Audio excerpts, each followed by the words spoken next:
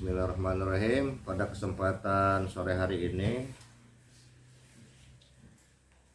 yang akan disampaikan adalah tentang penjelasan atau tafsir surat Yasin ayat kedua, yaitu wal Qur'anil Hakim.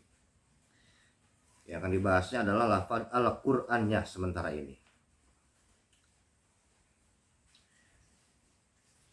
Saya bawakan beberapa keterangan secara ringkas. Insya Allah minggu depan kita akan sambungkan seperti kebiasaan kita. Yang pertama, ada sebuah obrolan komunikasi antara Allah dengan Nabi Musa alaihissalam, sebagaimana diriwayatkan oleh Imam Ismail Haqqi Al-Buruswi dalam kitabnya Tafsirul Bayan, jilid 1 halaman 29. Di sini dikatakan begini. Kalau lamma anzalallahu ta'ala ala Musa,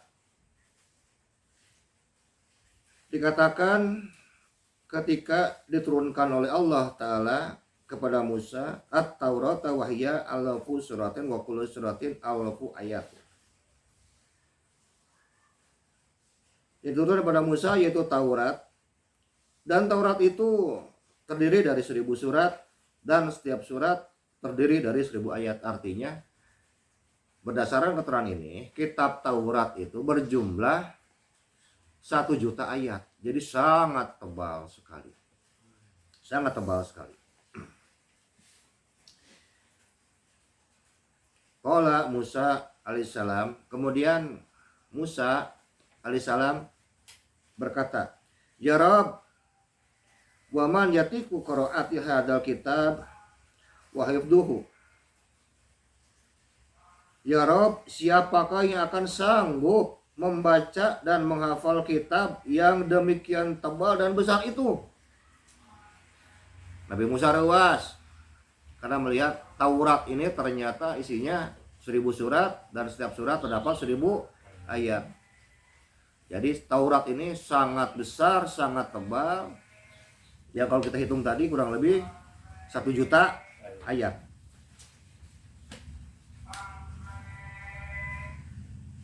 Faqala ta'ala, kemudian Allah Ta'ala berfirman kepada Musa, ini unzila kitaban a'dzam min hada, aku akan menurunkan kitab yang jauh lebih besar dari yang ini.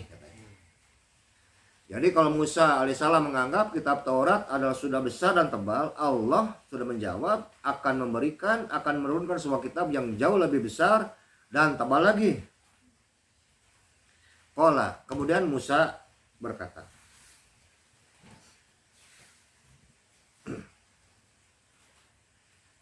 ya Rabb,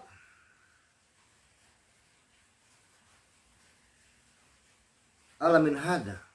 Ya Rabb, kepada siapakah kitab tersebut akan diberikan? Kemudian Allah kembali menjawab, ala khatamin nabiyyin. Kitab yang besar dan tebal itu akan diberikan kepada penutup dari semua para nabi. Qala, kemudian Musa alaihissalam kembali berkata, wa kaifa taqra'uhu ummatihi lahum a'marun qasiratun.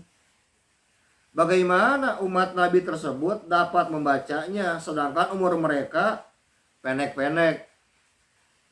Nabi Musa membandingkan dengan kitab Taurat yang demikian besar dan tebal, dan Allah berjanji akan memberikan yang jauh lebih besar dan tebal. Nabi Musa menganggap bahwa lebih tebal dan lebih besar itu sesuai dengan banyaknya ayat. Nah, Nabi Musa belum tahu tentang isi Al-Quran seperti apa sebetulnya. Qala, kemudian Allah kembali menjawab, ini aisarahu alaihim hatta yakrahu subhanihim. Aku akan mempermudah kitab tersebut bagi mereka, maksudnya bagi umatnya Kanjeng Nabi Muhammad SAW, hingga kitab tersebut dapat dibaca oleh anak-anak mereka. Ini adalah satu mukjizat Al-Quran sehingga bisa dibaca oleh siapa saja, bahkan oleh anak-anak kita, oleh cucu kita.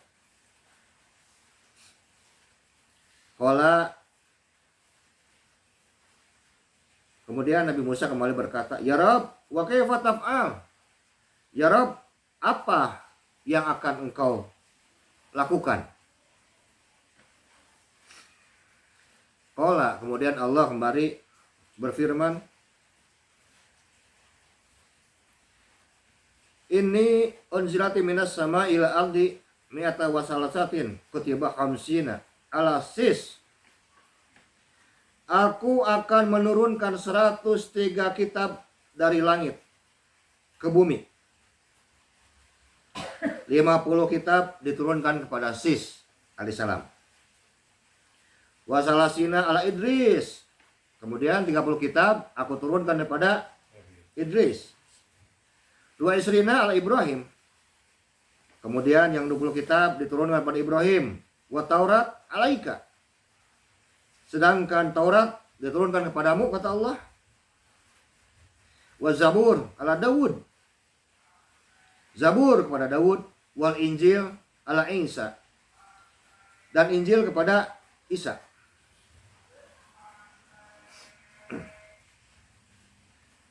Wa dzukirtu kainatin fi hadil kitab fadhkuru jami'il ma'ani hadal kitab fi kitabil Muhammad wajma dzalika kulluh fi mi'ata wa arabi asratan suratan waj'al hadi surah fi salasina juz'an wa juz'an fi sab'atin asbaq wa ma'na hadil asbaq fi sab'in ayatin al-fatihah summa ma'niha fi sab'ti akhruf wa hiya bismillah ya summa dzalika kulluh fil alifi min alif lam mim summa iftaha suratul baqarah faqulu alif lam mim walama wadallahu dzalika fit taurat wa anzalahu ala Muhammadin alaihi salam wa dzukiratu kainati fi hadhil kitab. Aku, kata Allah, akan memaparkan keadaan alam semesta dalam kitab-kitab tersebut. Fadhkuru jami'al ma'ani. Kemudian membeberkan, menjelaskan semua yang terdapat dalam 103 kitab yang Allah turunkan. Yaitu 103 kitab. 50 kepada Nabi Sis, 30 kepada Nabi Idris, 20 kepada Nabi Ibrahim, kepada Nabi Musa Taurat, Zabur kepada Daud, kemudian Injil pada Isa. Jadi Allah akan menceritakan intisari dari 103 kitab yang pernah diturunkan, semuanya terdapat di dalam Al-Quranul Karim.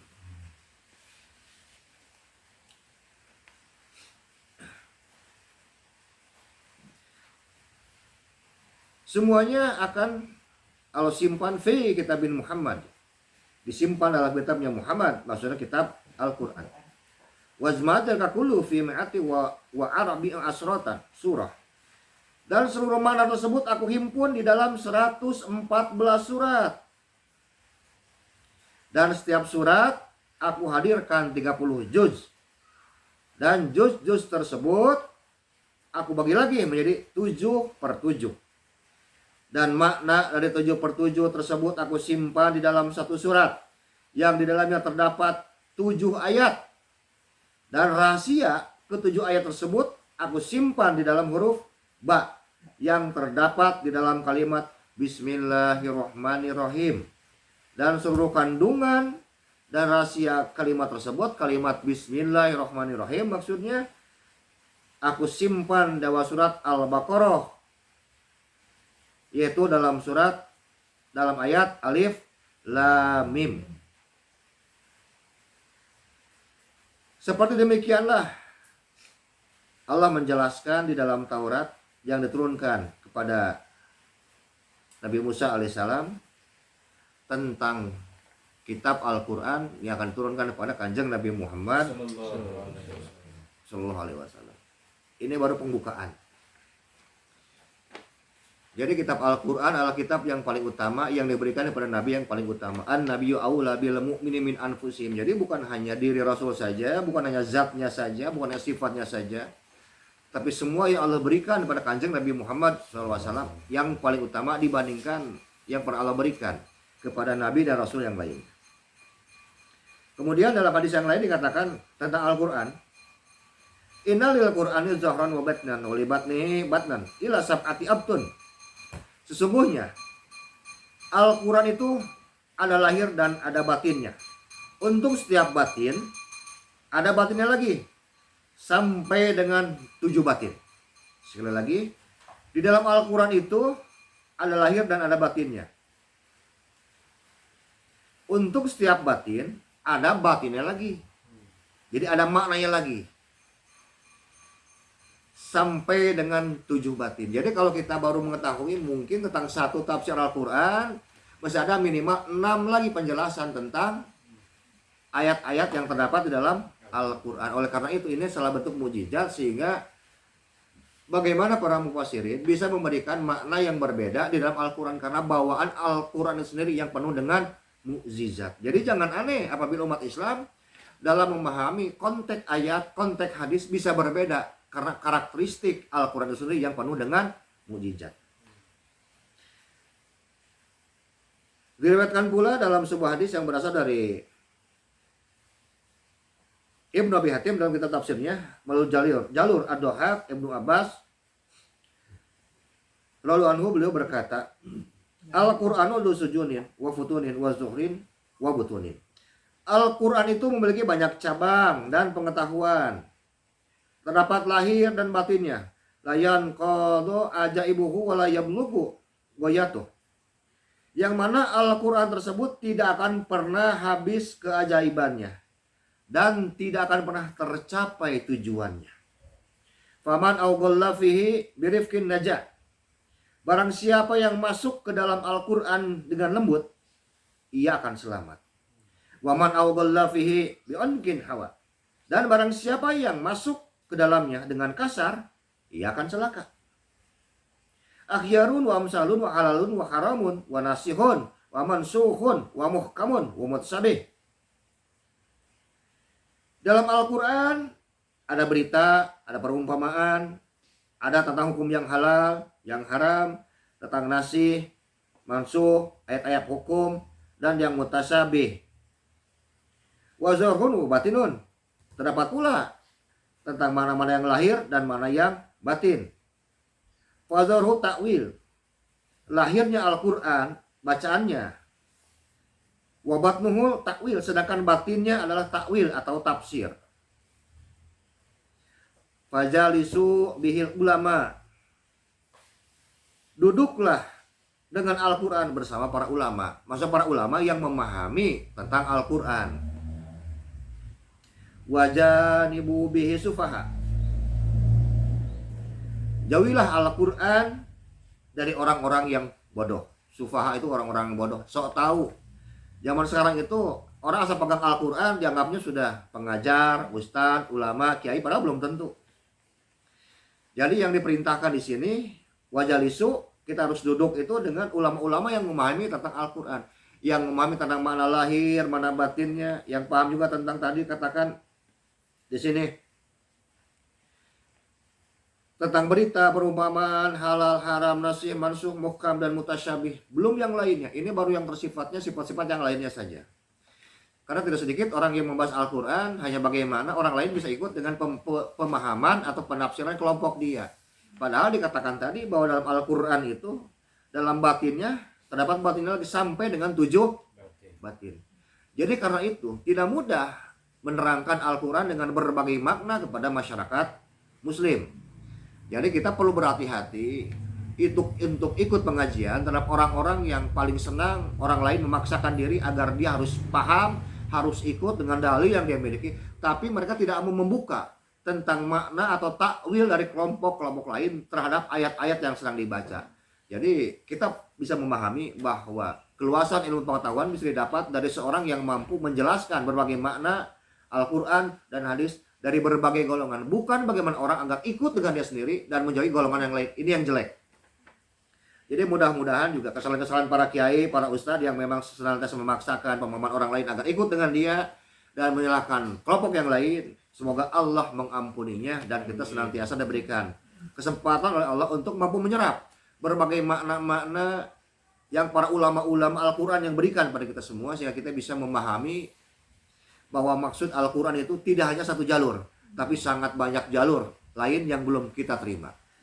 Ini secara ringkas. Insya Allah minggu depan kita akan teruskan kembali. Mudah-mudahan ada manfaat dan berkahnya untuk kita semua. Wallahu muwaffiq ila thoriq. Wassalamualaikum warahmatullahi wabarakatuh. Waalaikumsalam warahmatullahi wabarakatuh.